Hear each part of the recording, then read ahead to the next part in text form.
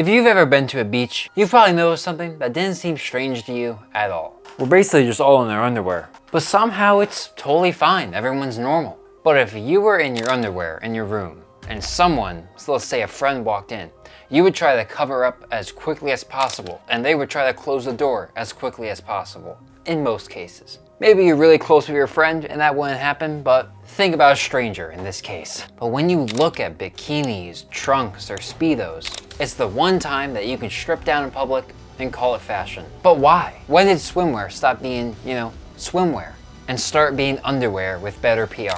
Hey everyone, I'm your host Dylan, and today I'm not trying to shame anyone for what they wear or try to encourage anyone to streak around in their underwear in public. Instead, I just want to figure out why this huge change in culture happened, because as you figure out later, this is not the norm in society. I'll look at the research, the data, and the ethnographies, while keeping my biases out as much as possible in order to answer the question at hand. First, I'll look at whether the change in swimwear was a function or fashion reason. Then I'll look at the evolution of swimwear, specifically in Western countries. Then I'll look at the role that company marketing has played. And lastly, this paradox of swimwear versus underwear. But first, think about swimwear. Feels obvious. Pretty small, showing a lot of skin, usually pretty tight. But for most of history, it was the exact opposite. Heavy, long, and designed to make sure that no one saw a shoulder, whether you were male or female, both genders. So what changed? Was it practicality, popularity? Was it function or fashion? Let's start with function, the boring answer. Early swimmers didn't care about speed. They cared about not having these huge swimsuits that would make it easier for them to drown while swimming. In the early 1900s, swimwear and winter coats had the same materials to make them. They soaked up water, they got heavy, and made real, deep in the water, swimming difficult for your average person. But then people like Annette Kellerman, an Australian swimmer in the 1910s, basically said, forget this, and wore a one piece that actually let her move. It caused such a scandal that she got arrested for indecency. But in the long term, it worked because her design allowed people to swim instead of mainly just bathing. But from there, science took over. New fabrics like silk, nylon, lycra made suits tighter, lighter, and faster to dry. In competitive swimming, companies like Speedo began designing tech suits that compressed muscles and reduced drag. Basically, the less fabric, the faster you go. So yes, there's a valid reason for functionality being the main reason for swimwear's changes. But we can't ignore fashion.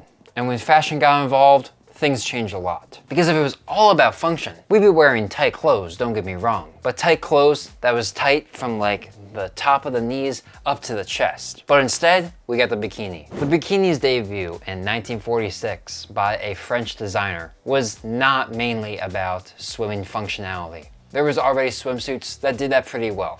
It was mostly a fashion, aesthetic, and social design. It was controversial because of just how much skin it showed and drew comparisons to the underwear that women commonly wore. And as a side note, there's actually a thing called a monokini from 1964, which is a good example of something with no functional intent in it. But obviously, this revealedness has not been mass embraced by women in basically any country. But this clothing revolution coincided with the ongoing sexual revolution of the boomers, which ended up changing what was important in swimwear. What became modern just so happened to equate with what made you look hot. The 1940s and 50s replaced practicality with performance. And not the athletic type of performance, the social attractiveness performance. Movies, books, magazines, all came together to show that confidence meant revealing more skin. This was then reinforced by the sexes on themselves, with not wearing revealing swimsuits, supposedly showing a lack of confidence for both men and women. And just like that, the logic flipped. Swimwear's main priority wasn't to help you swim. Its main priority was to make you look better. But let's see how we got here, because I've been referencing past swimsuits without actually showing you guys what those look like. Because when you look at these, it doesn't even look like they should be in the same category. In the 1800s, if you were swimming, you were really just bathing, but fully dressed. Women wore long wool dresses with sleeves and shoes, and men wore one-piece suits that covered the chest and thighs. The main goal here was moral purity, not mobility. You were there to touch the water, not to move through it well. In the early 1900s, as swimming became a bigger focus of the culture and competitive scene, modesty laws started to clash with practicality. Anna Kellerman, like I was talking about earlier, and her fitted suit became the blueprint for modern swimwear. It looked scandalous by traditional moral standards, but it was also just simply better for swimming. Men's suits lost the sleeves and shortened the legs, and women's suits lost the flowy dresses, and the leg portion was cut up so high that it began drawing comparisons to underwear, starting the century-long trend towards less and less fabric in swimwear. In the 1920s and 40s, the major shifts of swimwear started to happen. Brands like Jantzen turned swimwear into fashion, and the swim girl became an icon. Sporty, confident, and just a bit daring. Hollywood helped in this too. By the 1930s, you could see more skin on movies and beaches than ever before. By the 1940s, men completely ditched the shirt, and women's suits were still one piece, but very fitted and tight. The real beginning of tight swimwear on the body. And after World War II, this is when the bikini really came to fruition. And as many people know, it was literally named after the Bikini Atoll, where atomic tests were happening. And honestly, from a social perspective, it was just as explosive. The bikini was banned in several countries, condemned by churches, but adored by movie stars who helped it go mainstream. For the first time, a swimsuit wasn't just about swimming. It was a rebellion against the traditional moral values of modesty. And then through the 70s and 90s, the commercialization of swimwear and the swim body went into full effect. The introduction of Lycra made everything stretchier, shinier, and smaller. Surf culture and the fitness boom around the 80s turned beachwear into a lifestyle, something that you had to work towards in the winter in order to look your best in the summer. Brazilian cuts, string bikinis, male Speedos. They weren't just swimwear, they were statements. The ideal beach body was born, and swimwear became the costume you were showing off. And now we come to the present day. Today, men's swim trunks and boxers aren't too different, and men and women's bikinis look closer to lingerie than underwear. Sometimes made by the exact same brands. Marketing blurred the line completely. Confidence, empowerment, and self-expression replaced modesty and utility.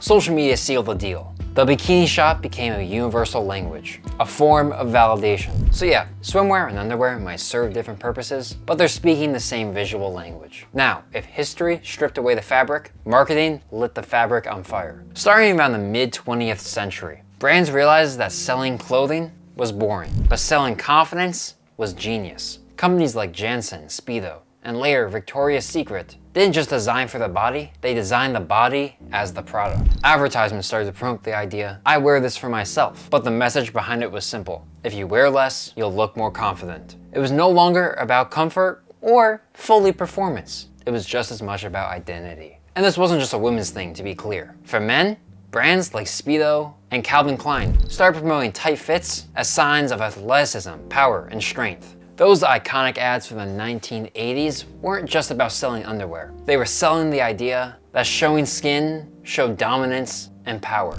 And by the 2000s, marketing had just completely blurred the lines between the two. The same models, even the same brands, started both creating swimwear, but also underwear and sometimes even lingerie. Brands like Aerie, Caldonzia, and Skims sell both bikinis and bras and underwear with almost identical cuts, and nobody really cares which is which. Then came social media, and suddenly everyone became their own marketing campaign.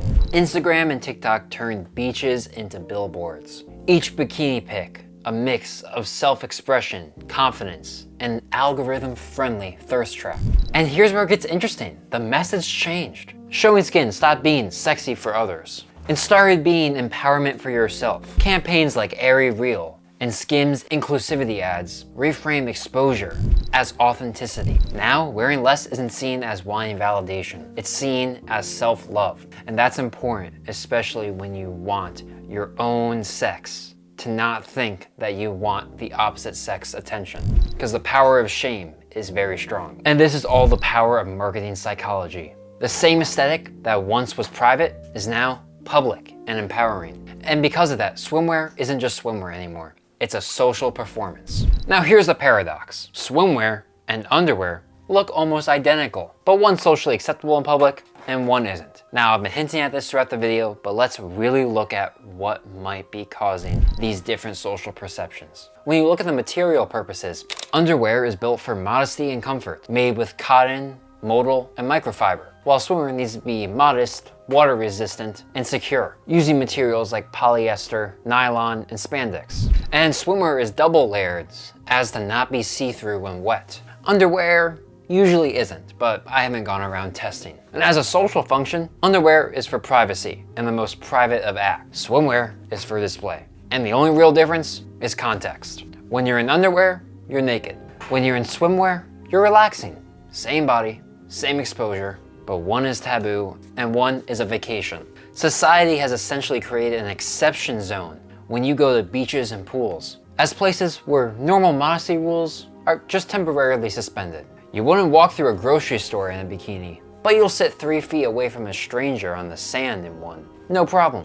So yes, swimwear is functionally, visually, and psychologically just underwear you can be seen in. And that's not an accident. It's been made that way by media and society as a whole. So is modern swimwear basically underwear? Yes, yes it is. But the reasons are many. In the evolution of swimwear, somewhere along the line, society decided that exposure equals confidence, as long as you're in the right setting. Marketing told us it was empowerment. Culture told us it was normal. And now, generations have grown up thinking that showing off your skin at a beach is the same as showing self-love, and really nothing to get crazy about. Because for most people, it's just normal. The real truth is that the difference between swimwear and underwear is nothing scientific or logical, and it's all to do with psychology. So next time you're at the beach surrounded by people in bikinis and trunks, just remember, everyone's basically in their underwear, but the only difference is how you view it in your head. But this isn't the only weird social custom we have. How about in the 2 parts covered by a bikini,